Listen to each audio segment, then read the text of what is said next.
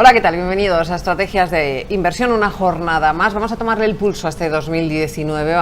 Seguimos evaluando también qué creen los expertos que va a ocurrir este año, o al menos qué escenarios manejan para también tomar decisiones de inversión. Hoy lo hacemos con Leonardo López, que es Country Head en Iberia y LATAM de ODDO BHF. Bienvenido, Leo. Hola, buenos días, Eva. Es un placer tenerte otra vez aquí, desde el año pasado que no te veía. Desde el año pasado. Bueno, yo no sé si ha cambiado algo tu visión, la visión también de ODDO sobre los mercados, porque han ocurrido muchas cosas en este último mes y están ocurriendo, especialmente esta semana, muy pendientes, ¿no? También con la Reserva Federal, con el Brexit, etcétera. ¿Sigue habiendo oportunidades de inversión? Creemos que sí. La verdad que, como todos sabemos, 2018 ha sido un año casi para olvidar, la verdad.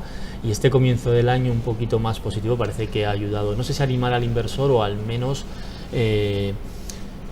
devolver la confianza a ese inversor que tal vez en el último trimestre del año pasado le costó mucho mantener la confianza en su asesor y en sus inversiones. Pero es que 2018 fue un año nefasto en términos de rentabilidad, con las principales clases de activo arrojando rentabilidades negativas. Yo en diciembre pasado en la oficina un día hicimos un pequeño análisis mirando hacia atrás. Vamos a mirar atrás a ver si alguna vez ha pasado lo que está pasando este año. Miramos tan atrás como 30 años y miramos a 10 categorías de activos principales. Deuda gubernamental americana y europea, crédito americano-europeo, bolsa americana, el S&P, MSCI World para la bolsa global, el Eurostoxx 50 para la bolsa europea, MSCI Emerging Markets para los mercados emergentes, oro y materias primas. 10 categorías de activos, algunas de las principales. Desde 1989, en ningún solo año, todas ellas tuvieron rentabilidades negativas, solo en 2018. Lo cual es un año especialmente malo. Y en estos 30 años hemos tenido años muy curiosos y muy difíciles. Para olvidar, no nos podemos olvidar 2008, la gran crisis. Pues incluso ahí hubo categorías de activos, la deuda gubernamental, los safe havens que se salvaron. La crisis de las .com en el 2000, hubo 6 categorías de activo que se salvaron, ¿vale? La deuda, la renta fija y las materias primas. Y en 2018 no se salvó ninguna clase de activo, con lo cual un año para olvidar, como decía al principio. ¿Y qué es lo que pasó o cuáles son las causas que tal vez puedan explicar ese comportamiento tan nefasto? Se me ocurren 3 probablemente. La guerra comercial entre Estados Unidos y China tal vez sea la principal razón que vino a amenazar y alterar el modelo de crecimiento basado en el libre cambio, en la globalización. Eso fue una seria amenaza. Por otro lado, el deterioro continuo según iba avanzando el año de los indicadores de confianza, los EPMIs, y por último, la política monetaria más restrictiva de los principales bancos centrales que hizo temer tal vez que estuviéramos enfrentándonos a una recesión. Estas 3 causas yo creo que han impactado en el sentimiento inversor, en el ánimo, y ha provocado el sell-off, la venta masiva que vimos tal vez en el último trimestre del año pasado. Sin embargo, estas 3 cosas continúan, estas 3 agentes, amenazas continúan. Lo que pasa es que quizá no de la misma manera, ¿no? ¿Ha descontado el mercado? ¿El miedo ha hecho ser más pesimista al mercado? ¿Se está ajustando ahora a la realidad? ¿Podría ser el 2019 mejor incluso de lo que pensábamos? Realmente es lo que creemos, porque creemos que todos esos factores que sin duda hay que tenerlos en cuenta y que pueden amenazar en cierta manera el modelo que tenemos o el crecimiento que tenemos, se han descontado de una manera muy severa, muy agresiva. Creo que este mes de enero puede devolver esa confianza otra vez a mirar a los fundamentales, a los datos reales, ¿vale? Y no descontar tantos esos miedos en el aire, que sin duda van a seguir ahí, va a haber que monitorearlos este año también.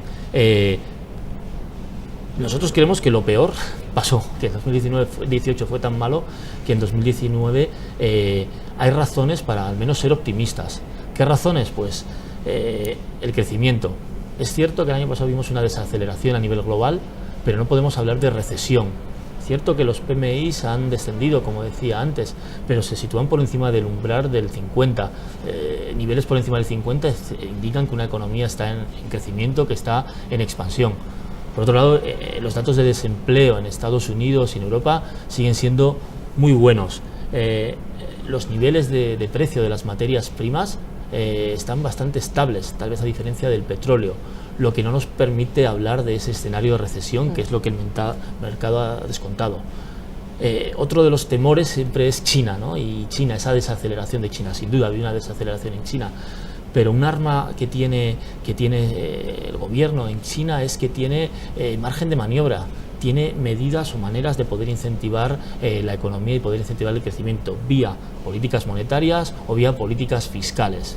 Solo las políticas fiscales podrían implicar entre 0,5 y 1 punto del PIB de estímulo, con lo cual China hay que monitorearlo, pero tienen margen de maniobra a diferencia de países desarrollados tal vez. Y luego los bancos centrales.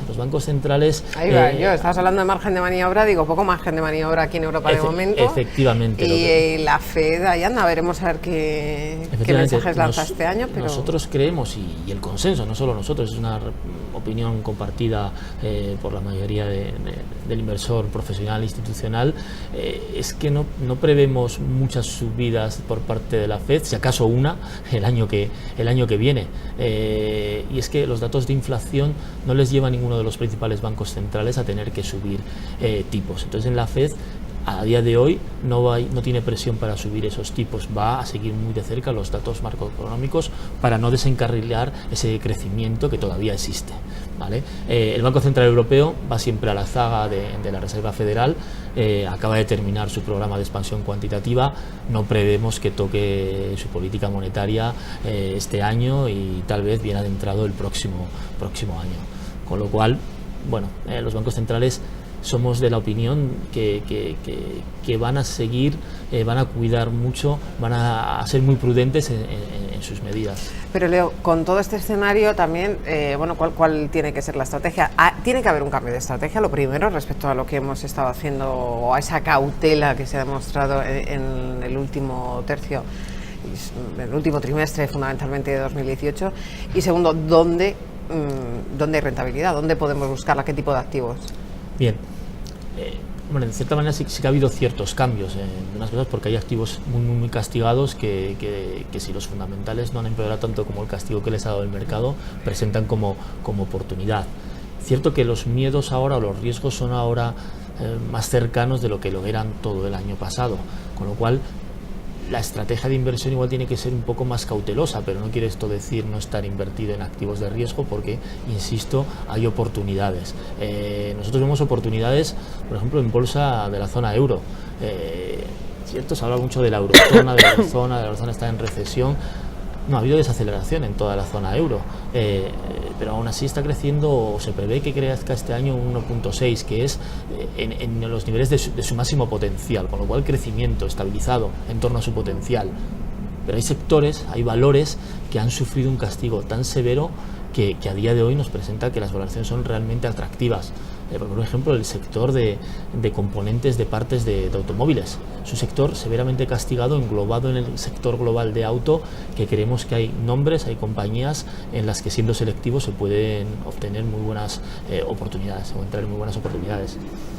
Otra oportunidad que empezamos a ver, y un poco con esa perspectiva de ser más cauteloso, pensando en ese inversor más prudente, que quiere participar en la bolsa pero que no, a lo mejor no está tan convencido, tiene mucho miedo a que se dé la vuelta, pues tal vez por primera vez en mucho tiempo los bonos convertibles sea una apuesta, de tal manera que puedan participar en cierta manera en esa subida de los mercados bursátiles, y que tengan la protección que ofrece el suelo del bono ante una bajada de la bolsa. Puede ser una solución. Y luego, otro activo que se nos presenta muy atractivo a día de hoy para nosotros son los bonos high yield de duración corta. El high yield el año pasado, y especialmente el último trimestre, sufrió una ampliación de diferenciales tremenda. Creemos que, siendo muy selectivos, se pueden encontrar bonos que paguen unas tires bastante elevadas y con un nivel de seguridad suficiente. Bueno, en este caso, en el caso del high yield, podemos acotar algo más.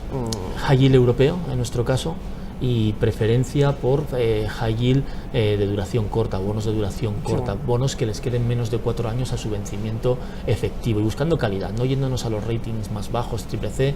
No hace falta para obtener unas rentabilidades aceptables que baten la rentabilidad de los tipos, que bata la rentabilidad del depósito, ¿vale? Entonces ahí hay oportunidades y hay gestoras WHF tenemos mucha experiencia gestionando esta categoría de activo, que somos capaces de hacer el análisis de crédito que hace falta en este entorno tan turbulento tal vez para escoger los ganadores, las compañías que con el crecimiento suficiente que hay en Europa van a poder seguir repagando sus títulos y que a día de hoy pagan unos cupones que hacen interesante asumir el riesgo por el valor que ofrece. Antes de despedirnos, otra de las cosas que han ocurrido en los últimos tiempos, tomando un poco de perspectiva en los mercados financieros, es el crecimiento intensivo, más de un 40% en los últimos 2 años, me parece, en Estados Unidos, de sistemas de plataformas o de servicios de gestión pasiva.